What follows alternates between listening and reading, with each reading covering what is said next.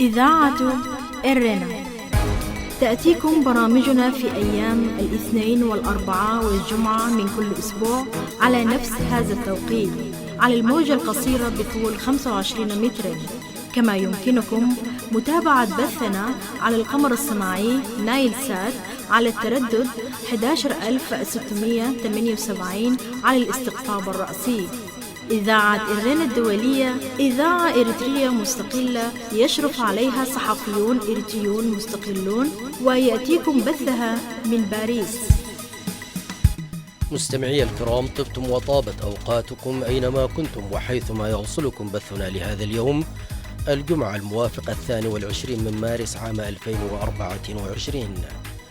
كالمعتاد دائما وأبدا مستمعي الكرام، نبتدئ البرنامج العربي بنشرة الأخبار، ثم بعد ذلك تتابعون حلقة جديدة من برنامجكم الأسبوعي تعليق على حدث.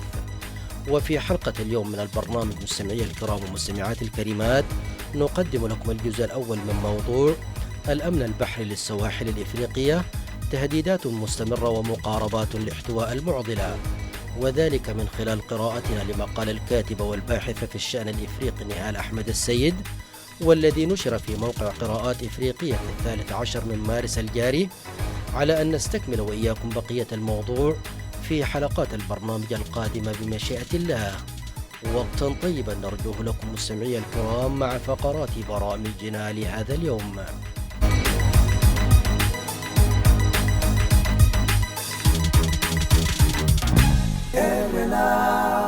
المستمعون الكرام، فيما يلي أقدم لكم نشرة الأخبار أستهلها بالعناوين. الشرطة الإيرلندية تلقي القبض على مهاجرين إريتريين وتعيدهم نحو وجهتهم التي انطلقوا منها. سحب أكثر من 2 مليار بر من البنك التجاري الأثيوبي بسبب خطأ في أنظمة المعالجة الإلكترونية. ومقتل 15 شخصا في منطقة بيبور في جنوب السودان، من بينهم مسؤول محلي. كانت تلكم سيداتي سادتي عناوين الأخبار، وإليكم التفاصيل من إذاعة إرنا الدولية في باريس. ذكرت صحيفة إيرش تايمز أن الشرطة الإيرلندية ألقت القبض على 8 إريتريين كانوا مختبئين في شاحنة متوقفة في ميناء روسلار. وقالت الشرطة إن 6 من اللاجئين وطالبو اللجوء الذين تم اعتقالهم في 15 من مارس الجاري كانوا بالغين، وأضافت أنهم أعيدوا على الفور إلى وجهاتهم بالقوارب، وكان من بينهم قاصرا تم نقله إلى مأوى مؤقت. ويعتقد أن طالبي اللجوء كانوا يخططون للعبور من إيرلندا العضو في الاتحاد الأوروبي إلى إيرلندا الشمالية، وهي جزء من المملكة المتحدة. هذا ويتزايد عدد طالبي اللجوء الذين يحاولون دخول بريطانيا بقوارب صغيرة من فرنسا وبلجيكا بشكل مستمر، ويلقى العشرات مصرعهم ثانويا أثناء محاولة عبور اللاجئين وطالب اللجوء إلى بريطانيا عبر القنال الإنجليزي. هذا وتخطط بريطانيا لترحيل عشرات الآلاف من المهاجرين غير الشرعيين وطالبي اللجوء الذين يصلون عبر البحر إلى راوندا. تمكن نحو 10,000 عميل للبنك التجاري الأثيوبي من سحب وتحويل أكثر من 2.4 مليار بر خلال الأيام الثلاثة الماضية بسبب خطأ في المعالجة الإلكترونية. وسمح خطأ المعالجة الإلكترونية الذي استمر لساعات محدودة للعملاء بسحب أو تحويل أكبر قدر من الأموال بما يتجاوز ما لديهم في حساباتهم. وقدرت وكالة السوشيت بريس حجم الأموال المزعوم فقدانها أو تحويلها بأكثر من 40 مليون دولار، بينما قدرتها وكالة أنباء إفريقيا بأكثر من 106 ملايين دولار. هذا وقال رئيس البنك التجاري الأثيوبي أبيسانو إن هنالك أكثر من 490 ألف تحويل بين مساء الجمعة وليلة السبت، وأن بعد هذه العمليات صحيحة، بينما استغل البعض الآخر الخطأ لتحويل الأموال. ودعا رئيس البنك التجاري الأثيوبي كل من استغل الخطأ من عملاء البنك إلى إعادة الأموال بنهاية الأسبوع، محذرا العملاء من الملاحقة القانونية في حالة عدم إعادة الأموال. قال مسؤول كبير في جنوب السودان الأربعاء إن شبانا مجهولين قتلوا بالرصاص 15 شخصا في منطقة بيبيور، من بينهم مسؤول محلي في أحدث أعمال عنف بالبلاد. وأضاف المسؤول أن الحادث وقع يوم الثلاثاء عندما كان مفوض مقاطعة بوما في ببيور عائدا من زيارة لقرية في المنطقة. ونقلت وكالة رويترز للأنباء عن وزير الإعلام في منطقة بيبور الإدارية الكبرى قوله بأن المفوض ذهب مع فريقه إلى قرية نيات، وعند عودته تعرض لكمين وقتل 15 شخصا بينهم المفوض. وذكر أنه يشتبه في أن المهاجمين شبان من قبيلة أنيواك بالمنطقة. وأضاف أن من بين القتلى قائد الجيش في بوما ومسؤولين من الحكومة والحرس الشخصي لمفوض المقاطعة. بهذا أصل إياكم مستمعي الكرام إلى ختام النشرة الإخبارية لهذا اليوم، وقتا طيبا أرجوه لكم مع متابعة بقية فقرات برامجنا. راديو إيرنا. مستمعي الكرام، كما أشرت في بداية البرنامج، تتابعون فيما يلي حلقة جديدة من برنامجكم الأسبوعي تعليق على حدث، والذي يأتيكم اليوم بعنوان الأمن البحري للسواحل الإفريقية، تهديدات مستمرة ومقاربات لاحتواء المعضلة. وفيه نقدم لكم الجزء الأول من قراءة مقال الكاتبة والباحثة في الشأن الإفريقي منال أحمد السيد، والذي نشر في موقع قراءات إفريقية في 13 من مارس الحالي، على أن نستكمل وإياكم بقية الأجزاء في حلقات البرنامج القادمة بمشيئة الله. نتابع سويا.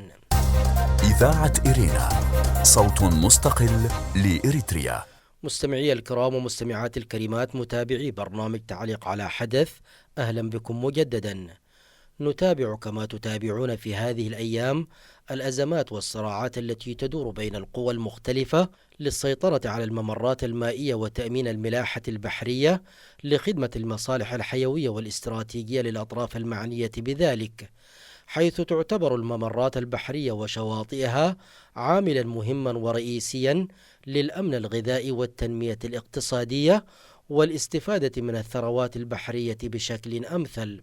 ولذلك تعمل الدول جاهدة بكل طاقاتها في بسط سيطرتها وإحكام قبضتها على سواحلها البحرية للحفاظ على مكتسباتها ومقدراتها الاقتصادية التي تعتبر عصب مواردها المالية.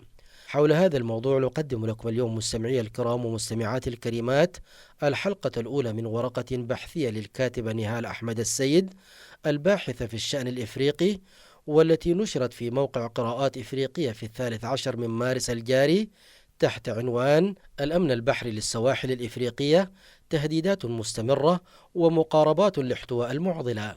نتابع. راديو إيرنا. راديو إيرنا كاب كتما باريس محلالة لإرتوان غازت إنياتا زدالو نتسا راديو.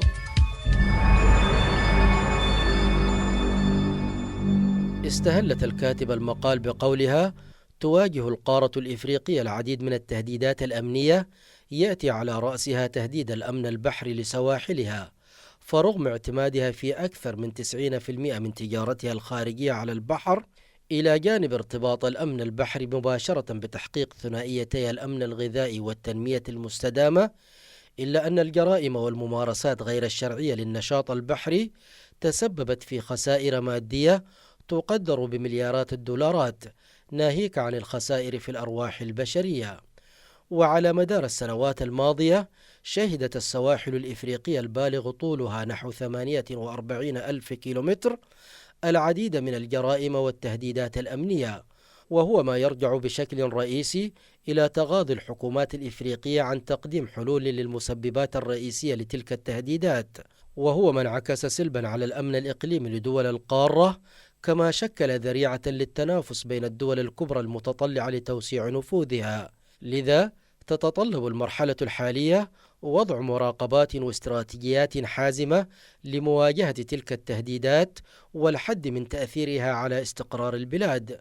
وبناء على ذلك يتناول المقال أبرز تهديدات الأمن البحري الإفريقي وتداعياته على استقرار القارة، وأهم المقاربات التي تم وضعها للحد من تأثيرات تلك التهديدات. فأولا، ما هي ملامح التهديدات البحرية للسواحل الإفريقية؟ تقول الكاتبة: شهدت السواحل الإفريقية لا سيما سواحل الصومال وساحل خليج غينيا العديد من التهديدات البحرية، وهو ما تسبب في خسائر مادية وبشرية فادحة، كما كانت سببا رئيسيا في تصاعد معدلات العنف والجرائم بحكم ارتباط انعدام الأمن البحري بتراجع معدلات التنمية، ومن ثم انعدام الأمن الغذائي. وعلاوة على ذلك يمكن إبراز ملامح التهديدات البحرية في القارة على النحو التالي: أولا، تصاعد نشاط القرصنة.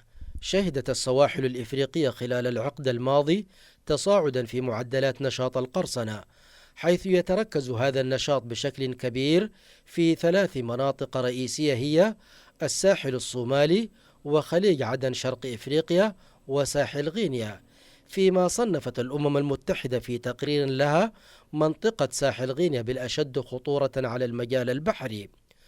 ووفقا لتقارير صادرة عن المكتب البحري الدولي، فقد ارتفع نشاط القرصنة منذ عام 2020 بنسبة 50%، حيث شهد عام 2020 أكثر من 130 عملية قرصنة، أي ما يعادل 40% من إجمالي حوادث القرصنة المبلغ عنها عالميا. وفي ديسمبر عام 2019 تعرضت العديد من ناقلات النفط للقرصنة، منها ناقلة نفط يونانية في ديسمبر 2019 أثناء إبحارها على السواحل الكاميرونية. وفي الشهر ذاته تعرضت إحدى الناقلات النفطية للاختطاف في خليج غينيا.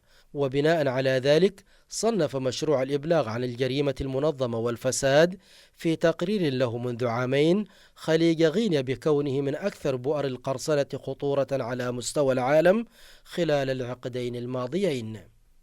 أما على السواحل الصومالية فتشهد هي الأخرى تصاعدا كبيرا لعمليات القرصنة، باعتبار هذا النشاط ضمن المنابع الرئيسية لتمويل نشاط التنظيمات الإرهابية المتمركزة بالساحل الشرقي للقارة.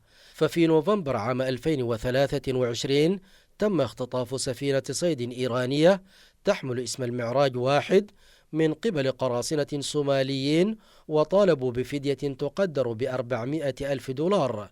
فيما أعلنت البحرية البريطانية في ديسمبر 2023 اختطاف سفينة تجارية والاتجاه بها نحو السواحل الصومالية، حيث عثر عليها على بعد 680 كيلومتر شرق ميناء بوساس الصومالي. وفي يناير الماضي تم اختطاف السفينة الليبيرية ليلا نورفولك، وعلى متنها 15 هنديا و6 فلبينيين. ما زلتم مستمعي الكرام ومستمعات الكريمات تتابعون حلقة جديدة من برنامجكم الأسبوعي تعليق على حدث، والذي يأتيكم اليوم بعنوان الأمن البحري للسواحل الإفريقية، تهديدات مستمرة ومقاربات لاحتواء المعضلة. فاصل قصير ونعود إليكم، فابقوا معنا. هذه إذاعة إرنا. ثانيا، تمويل الأنشطة الإرهابية. أدى انتشار التنظيمات الإرهابية وتمركزها في دول القارة إلى تركيزها على تنويع منابع تمويلها، وهو ما أدى لظهور مصطلح الإرهاب البحري، حيث تعمل التنظيمات الإرهابية على تحقيق مكاسب من خلال ابتزاز الشركات الدولية التي تمر تجارتها ومصالحها عبر السواحل، وفرض إتاوات لتسهيل مرورها، أو القيام بعمليات سطو على البضائع التي تمر عبر السواحل البحرية الإفريقية. ووفقا لتقرير أممي، تقدر إجمالي إيرادات الفدية التي حصلت عليها العصابات في خليج غينيا ب5 ملايين دولار. من جهة أخرى، تقوم الجماعات المسلحة بالاستيلاء على الموارد الطبيعية كالماس والذهب والعاج والفحم وبيعها لدول مجاورة، مستغلين سيطرتهم على السواحل نتيجة حالة الفراغ الأمني التي تسود سواحل غالبية الدول الإفريقية. فعلى سبيل المثال، تحقق حركة الشباب الصومالية مكاسب ثانوية تقدر بنحو 7 ملايين دولار نتيجة تهريب موارد الفحم وبيعه. كما تمكن جيش الرب من حصد مكاسب كبيرة على خلفية قيامه بتهريب العاج والماس من أوغندا وإفريقيا الوسطى. وفي موزمبيق تمكن داعش من السيطرة على ميناء موكيبو دا براي الرئيسي الواقع في إقليم كابو ديليغادو شمال البلاد. وبسيطرتها على الميناء البحري امتلك التنظيم إمكانية بيع الموارد الطبيعية التي تمكن من الاستيلاء عليها، ناهيك عن تسهيل مهمة حصوله على دعم السلاح والتحاق عناصر جديدة موالية له من الخارج. ثالثا، سرقة النفط. يرتكز نشاط القراصنة مؤخرا على اختطاف ناقلات النفط الخام نظرا لمحدودية مخاطر تلك العملية ومكاسبها المربحة، وذلك مقارنة باختطاف السفن التجارية أو السياحية، وقد انعكس ذلك سلبا على عوائد الصادرات النفطية لدول القارة الإفريقية، مما أثر على الأوضاع الاقتصادية وعدم قدرة الحكومات على تلبية الاحتياجات الرئيسية للمواطنين. فعلى سبيل المثال، تراجعت مكانة نيجيريا التي كانت تصنف في المرتبة الأولى في القارة بكونها أكبر مصدر للنفط لتأتي في المرتبة الثانية بعد أنغولا، وذلك نتيجة تعرض كميات هائلة من وارداتها النفطية للسرقة، حيث أفاد تقرير صادر عن الأوبك في مايو 2023 عن تراجع إنتاج النفط النيجيري من 1,260,000 برميل يوميا إلى 999,000 برميل يوميا، وهو انخفاض كبير لم تشهده نيجيريا منذ ثمانينيات القرن الماضي. ما زلتم مستمعي الكرام ومستمعات الكريمات تتابعون حلقة جديدة من برنامجكم الأسبوعي تعليق على حدث، والذي يأتيكم اليوم بعنوان الأمن البحري للسواحل الإفريقية، تهديدات مستمرة ومقاربات لاحتواء المعضلة. فاصل قصير ونعود إليكم فابقوا معنا. إذاعة إرينا، صوت مستقل لإريتريا. رابعا، الاتجار بالبشر. تستغل عصابات الاتجار بالبشر الهشاشة الأمنية للبلاد وضعف السيطرة على الحدود البحرية إلى جانب الأوضاع الاقتصادية والاجتماعية المتدنية، وتعمل على تكثيف أنشطتها كتهريب المهاجرين غير الشرعيين والاتجار بالبشر والاستغلال الجنسي للقُصّر، حيث كشف تقرير صادر عن الهيئة الوطنية لمكافحة الاتجار بالبشر في تونس عام 2022 عن تصاعد معدلات الاتجار بالبشر لتشمل استغلال الأطفال في أنشطة إرهابية والاستغلال الجنسي للفتيات، مما أدى إلى ارتفاع معدلات الحمل القسري وكذا بيع الأطفال الرضع والاتجار في الأعضاء البشرية. خامسا، تهريب المواد المخدرة. يعتبر خليج غينيا الممر الرئيسي لانتقال عصابات الاتجار بالمخدرات من إفريقيا إلى أمريكا اللاتينية، حيث يمر خلاله أكثر من 30% من جملة المواد المخدرة المستهلكة في أوروبا. وخلال 8 سنوات، أي في الفترة من 2000 إلى 2007، تم تهريب أكثر من 47 طن من الكوكايين عبر خليج غينيا. وفي عام 2023 تم ضبط أكثر من نصف طن من المخدرات على متن أحد القوارب بالمحيط الهندي. وفي عام 2021 ضبطت قوة بحرية فرنسية شحنة من الهيروين تبلغ نصف طن من قناة موزمبيق. سادسا، سرقة الثروة السمكية. تعتبر سرقة الثروة السمكية عن طريق الصيد الجائر وغير القانوني من المهددات الرئيسية للأمن البحري، لا سيما وأنها تؤثر بشكل مباشر على الأمن الغذائي، حيث يعتمد أكثر من 200 مليون إفريقي على السمك كوجبة رئيسية، فيما يؤدي الصيد غير القانوني للإضرار بالاقتصادات الإفريقية، حيث تبلغ العوائد الناتجة عن المصائد السمكية قرابة 24 مليار دولار سنويا. وبالتبعية لذلك يؤدي نهب الثروة السمكية إلى ارتفاع معدلات الفقر وتصاعد البطالة، لا سيما مع اعتماد أكثر من 10 ملايين شخص عليه كمهنة. ولا يمكن تجاهل الانعكاسات السلبية للصيد غير القانوني على أنشطة الاقتصاد الأزرق التي تشمل السياحة البحرية والمصائد السمكية، كذلك التأثير السلبي على عوائد النقل البحري، وهو ما من شأنه تهديد الاقتصادات الوطنية لدول القارة الإفريقية. مستمعي الكرام ومستمعات الكريمات، إلى هنا تنتهي الحلقة الأولى من موضوع الأمن البحري للسواحل الإفريقية، على أمل أن نلتقي وإياكم في الحلقة الثانية منه في الأسبوع القادم بمشيئة الله، وإلى ذلك الحين دمتم في رعاية الله. هذه إذاعة إرينا. استمعتم فيما مضى سيداتي سادتي إلى حلقة اليوم من برنامج تعليق على حدث. في ختام البرنامج العربي لهذا اليوم أعود وأذكر بعناوين الأخبار. الشرطة الإيرلندية تلقي القبض على مهاجرين إريتريين وتعيدهم نحو وجهتهم التي انطلقوا منها. سحب أكثر من 2 مليار بر من البنك التجاري الأثيوبي بسبب خطأ في أنظمة المعالجة الإلكترونية.